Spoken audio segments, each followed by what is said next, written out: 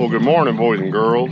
It is Saturday, October 22. It's the last Saturday before Halloween, so 31st. Must be the 29th. I'm down here. We're at Rayburn. We're practicing for the TTO Pro Team. It's tough. You know, I thought, so what's happened over the last few days? The Open was here a week and a half ago, 2 weeks ago, I guess, whatever it was. And it was tough on them. It was really tough on them. And a couple of live scope guys caught fish, and that was mostly it. I mean, there was, there's flipping fish caught, but anyway, it was tough. And so we've had nice, cool rain the last couple of nights. I fished yesterday, and let me tell you something.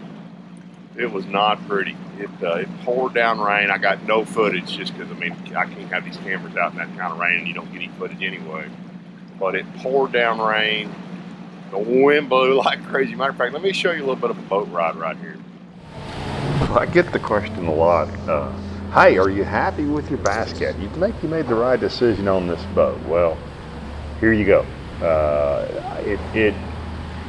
I'm running about 23, 24 miles an hour here and just riding these big waves. And actually, I don't think the back camera does justice to how big these waves are. But let me switch cameras for you here and show you what this really looked like. So this is from the front camera, and you can see, I don't know how big these are, but they're pretty good size, and they're just swells. And the danger of this is the frequency, so how much space there is between the tops of the waves. If they're really tight together, you can just hammer your way across the top of them. But these were big rollers, and these are the ones that you can eat really easy. And I made I'll tell you what I did. I ran from Norse all the way back to, that's Caney Boat Ramp you see right out in front of me there. And I was dry when I got back. I was really, really pleased. It's not the first time I've had the boat out in big water, but boat handles big water really, really well. So that's what the day looked like yesterday. The water has cooled off a little bit. When I was here, when we did the mapping, it was low to mid 70s, and now it's high 60s to low 70s. That ought to make something start happening. Man, I haven't seen it yet. I caught some fish yesterday, but I didn't catch anything that I'd be real excited about, what I'd call permanent quality fish. And part of that was I tried to get offshore. It was impossible to get offshore yesterday. Y'all saw the wind. So we're going to go out. It's supposed to blow again today out of the west today, different direction. Yesterday it was mostly northeast. And we'll see if the west bites the best. But it's going to be hard to be offshore after that wind gets up. So we're going to go check it now and see what's happening. I don't want to swamp this guy. This one right here. Rely on mine. Put it on the pad. 65.9 water temperature. 65.9.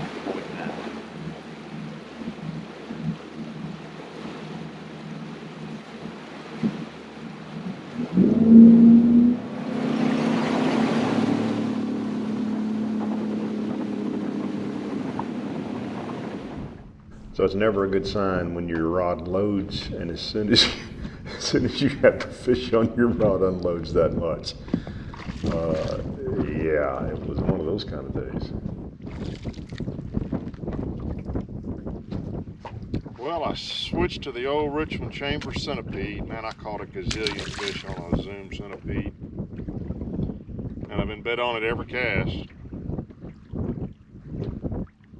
It's the first one I've actually got a hook in. But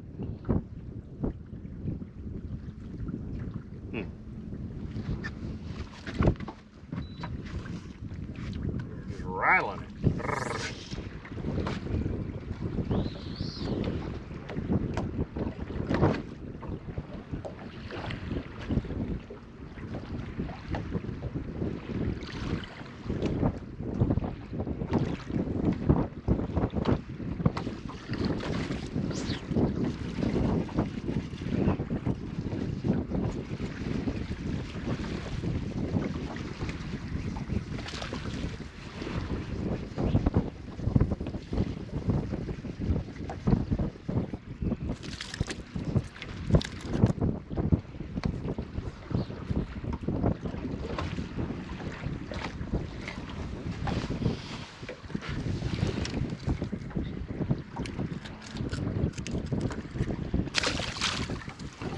him in the tongue.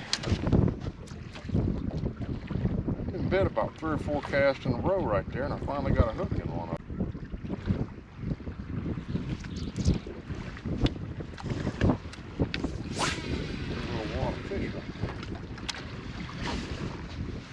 I don't know what of that you could hear. I hooked that one in the tongue, but I've had 3 or 4 bites in a row on that same cast, and that's the first one I finally put a hook in. There's another one I feel like. Nope. It's a little shallow point. So when I edit my videos, I go back through them and I actually can count how many fish I caught. So this day I caught 19 fish, and they were all 12 to 15 inches. They're all on little secondary points or little shallow drop-offs, anywhere from 5 or 6 feet out to about 16 feet. So I was pretty frustrated. Getting a lot of bites, and I kept, I've done this before where I keep thinking, well, they're going to get better, and they did not get better. So the next day, I've got my brother-in-law come in town, and we went out, and I told him, I said, I want to go out really deep. Now, I had heard the lake had turned over. And then subsequent to that, I talked to guide Brian Branham, and he said, yes, the lake definitely had turned over. And if you've never seen exactly what a lake turnover is, I observed something that will tell you always when a lake's turned over, and here's what it is right here. If you ever wonder what a lake looks like when it turns over, that's what you see. I don't know if you can see, there's bubbles, there's a lot of brown stuff, and just sediment floated to the top. It's all over. There's a big patch of it back here behind us. And that's what it looks like. So I know a couple of you guys know my brother-in-law DJ, and you'll remember he fished with me at the Ray Hubbard tournament that we did well in last year before.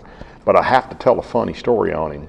He fell out of the seat in the boat going down the lake. So he's sitting over there in the passenger seat, running down the lake, and it's a little bouncy, but it's not bad bouncy. And all of a sudden, he falls in the floor. Oh my gosh, it was so funny. So this is a similar day. It's just a lot deeper. We're out, boat sitting in about 30, 32 feet of water. We're fishing 20 plus feet deep. Lots and lots and lots of bait fish out there. Lots of fish moving around chasing. This is Sunday. It's slicked off. This is a really short window where it was this slick. The wind spun around, but and we didn't catch as many fish as I caught the day before, but we caught a fair number of fish, a lot of Kentuckys. And I'll say I'm not terribly upset by this practice, because with the lake having turned over, the fishing's been tough. The fishing's gonna change so dramatically in the next 9 or 10 days before the TTO Pro Team comes to Rayburn.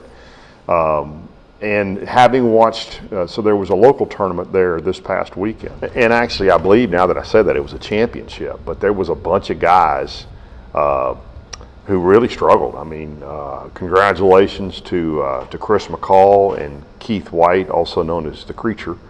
They won it, but they only had 16 pounds, and they had a 7-pounder. So they had, 4 swimmers and a 7-pounder. I did not see the results. I only know from talking to a couple guys who caught them. I know Clayton Bouaire, I think, got the last place check with 11 pounds, which is phenomenally small. But as the water settles, as all that settlement from the lake turning over settles out, the shallow fishing should get better, and I think some of the fish that have been out really, really deep are going to come up shallow again, or shallow this fall. So I anticipate when we're back down there a week from this coming Thursday, that this lake, by the way, that was a nice stick fish DJ just caught there. I told him he caught the earth several times. So, if you can catch a fish while making fun of your brother-in-law for catching a stick, why wouldn't you do that? So, but again, nothing exciting to talk about here except the lake's in a big transition, and it should be getting better any day now. So I would not shy away from going to Rayburn. When these fish come shallow and when those grass fish start to bite, it's going to be fun. And I'll tell you, the one thing I did do on Saturday evening, I put all my rattle baits back in the boat, all my quakes, all my snatches, all my rattle traps, all my red eyes. I mean, there's 4 boxes full of them, because it's getting close to the time that starts happening. The water needs to be a little bit colder, but it's really, really close. So Thanks for tuning in, guys. Like I say, Rayburn's going to get better real soon, and we'll be down there filming it and getting it up for you guys in the very near future. And also, we got a bunch more aerial footage coming, so stay tuned for that stuff. And yes, I know some of you guys saw me catch several fish on a spot that I did not post in the video, and it's the first time in a really long time, if ever, I've done that. But it's a spot that if I had shown it to you on camera, it would be a spot 90% of the guys would recognize, and there's just a bunch of keepers there. And in case it stays tough, it's a spot I want to have to ourselves, other than the guys who've already seen me there.